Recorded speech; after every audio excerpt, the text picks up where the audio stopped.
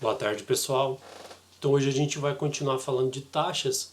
Na nossa última aula a gente só falou da taxa e equivalência, né? Juros, equivalência, que é bem importante para a gente entender qual a equivalência, né?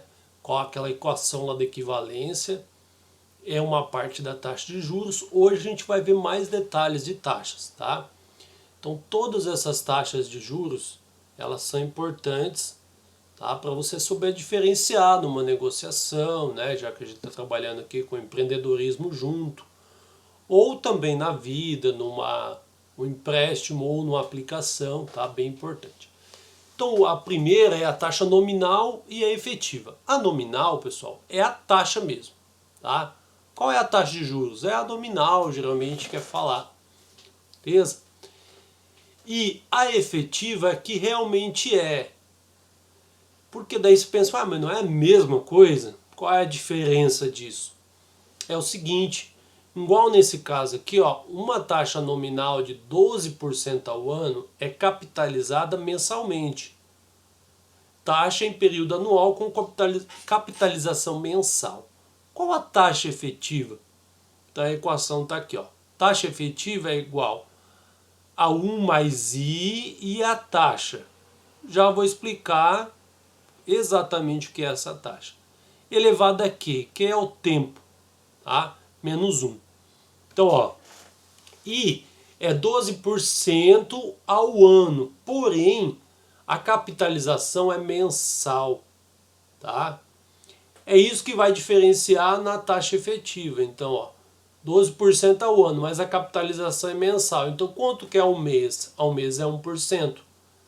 Como vai capitalizar mensalmente, então eu vou ter que calcular essa taxa efetiva, tá? Então, I é igual 1 da equação mais 0,01 da taxa de juro elevado a 12, porque eu quero saber qual a taxa efetiva naquele ano, né? É o mesmo valor daqui, ó, tá? Então o I é basicamente o 12% ao ano dividido pelo Q, tá? Para transformar em meses. Então o Q menos 1, tá? Então deu 12,68%. Essa é a taxa efetiva de juros, tá? Não é só 12%, na verdade. É 12,68%. Por que a diferença? Porque vai capitalizar mensalmente. Todo mês vai render um pouco. Ou vai te cobrar, né? Depende o que você está trabalhando. O outro caso é a taxa real, que também tem a ver com a nominal, né? O que é a taxa real? É aquele ganho real, vocês já ouviram falar? O ganho, ele é em dinheiro, né? Dólar, real, o que for, tá? Mas a taxa é só a porcentagem. Então, por exemplo, qual a variação do poder aquisitivo de um assalariado que em um determinado ano obteve um reajuste, que é um reajuste, tá? Salarial de 6%, sabendo que a inflação do período tenha sido de 5%.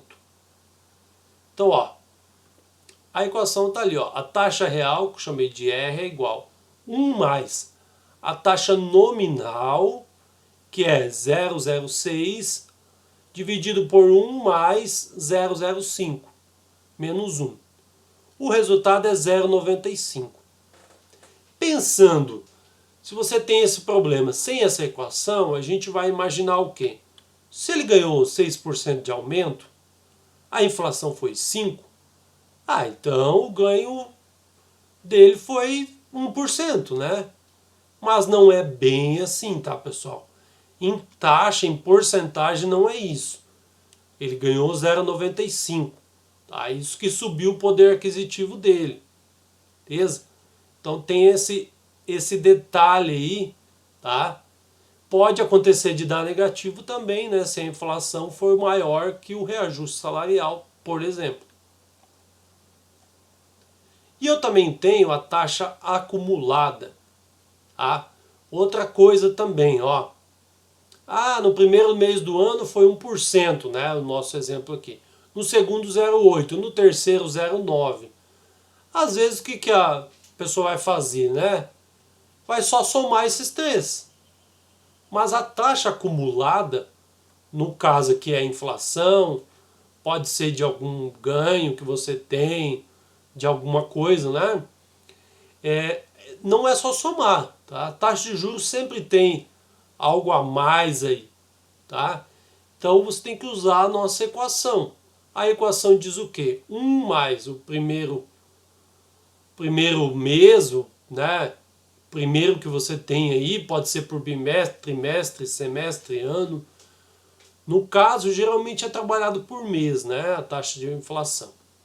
Vezes 1 mais o segundo mês, vezes 1 mais o terceiro mês, e assim por diante, tá? Até o final. Menos 1, né? Que é lá do 100%, tá? Então, de quanto foi a inflação acumulada nesse trimestre, né? Então, eu tenho que fazer 1 mais o primeiro mês, 1% é 0,01, né? Vezes 1 mais 0,08, segundo mês, e no terceiro 0,009, tá? Menos 1. O resultado não é em decimal, né? Porém, a gente deixa ele tudo em porcentagem aqui. Então, deu 2,72%. Se eu só somasse, daria bem perto. Nesse caso aqui, até você ia falar, mas dá 2,7, deu 2,72. Mas imagina se vai acumulando, né, vários meses aí no ano. Tá? Aí fica mais difícil. Vocês viram que eu deixei tudo em porcentagem, né, que é a melhor visualização.